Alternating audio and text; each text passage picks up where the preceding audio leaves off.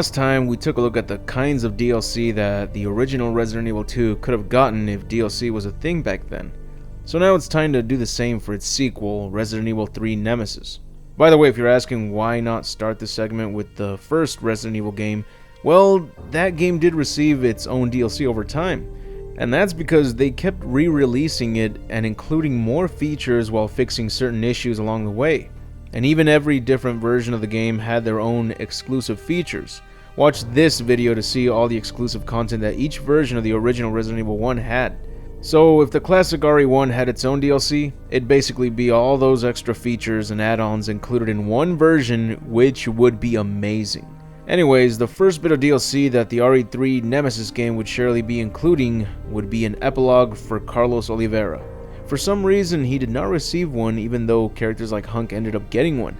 And a good thing at that, since it gave us a glimpse of Mr. Death without his mask on for the first time. But seeing as an epilogue for Carlos is just an art piece with a short description, I'd say this could be the very first inclusion of DLC that the game can get. Now, the next part of DLC that I believe the game could have gotten would be costumes for the mercenaries. Why was Jill the only character to receive a variety of costumes, and yet everyone else didn't receive a single alternate costume? Trust me, I'm glad Jill received a lot of costumes since the previous games would only give us like one or two for each character. But I would have liked it if each mercenary received at least one alternate costume.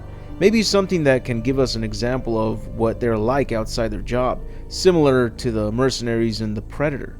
Heck, maybe even reference them by using similar outfits for each mercenary. That'd be amazing.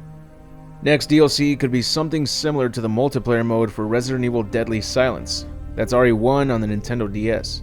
The multiplayer mode allowed up to 4 players to compete in 2 separate modes, a versus mode and a co-op mode.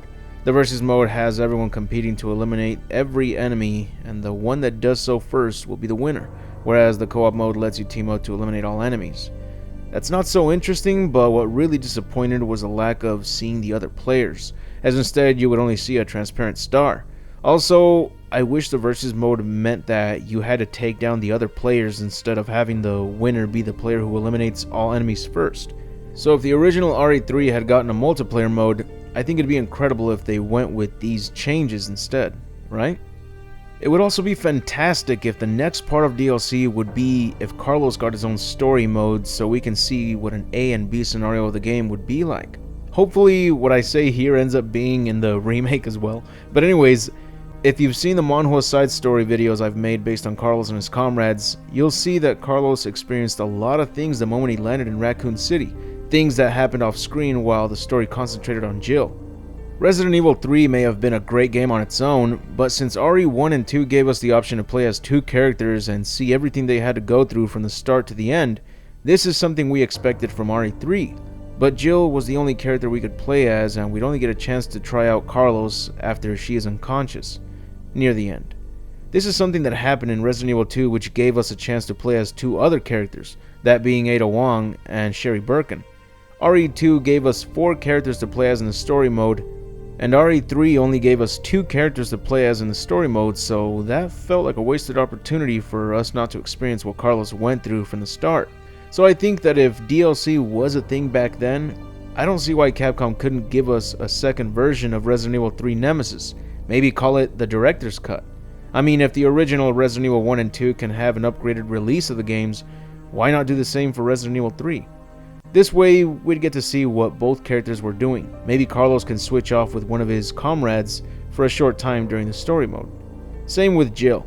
Maybe this would allow us to try out Brad Vickers. This way, we see what he went through before the Nemesis caught up to him. Yes, this would mean that Jill's story lets you play as 3 characters since Carlos is part of it when she is unconscious. But this way, we can play as 4 characters in the story mode rather than 3 or 2. Or maybe even switch out Brad for Nikolai or Mikhail in the scenario for Carlos. Now, as the worst DLC that I'm sure this game could get would be something along the lines of the Koei Tecmo marketing decisions. And that would be by making each costume cost up to $4 each. Maybe throw in an $80 season pass and allow the player a chance to rent a different hair color. Rent a different hair color for $1. No extra modes, nothing but purchasable costumes for a high price. The only good thing about this would be the large variety of costumes, of course.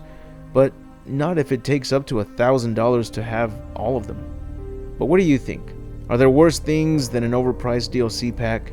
Or is that usually the final straw for you when it comes to showing support to a favorite game franchise of yours? Let me know in the comments, because as of now, that's it for the video. If you enjoyed the video, hit the like button to give this video a chance to grow. I'd like to thank all my Patreon supporters for their impeccable generosity. Your support means a lot to me, and you are part of the reason why I try to make the best content that I can. And if you like this content, check out the rest of my channel. You'll find more entertainment from separate franchises I like to cover, such as Mortal Kombat, Dragon Ball Z, Celebrity Deathmatch, Men in Black, The Mask, Batman comics, The Terminator, TMNT, Dino Crisis, Resident Evil, and more. If you're a Patreon supporter, check out my exclusive videos such as the Gantz content. And if you'd like to show your support, go to my Patreon and support the channel, which is only $1. Sacrifice that McChicken for extra quality content, my friend. But anyways, I'll see you all in the next video, and remember to have an awesome day.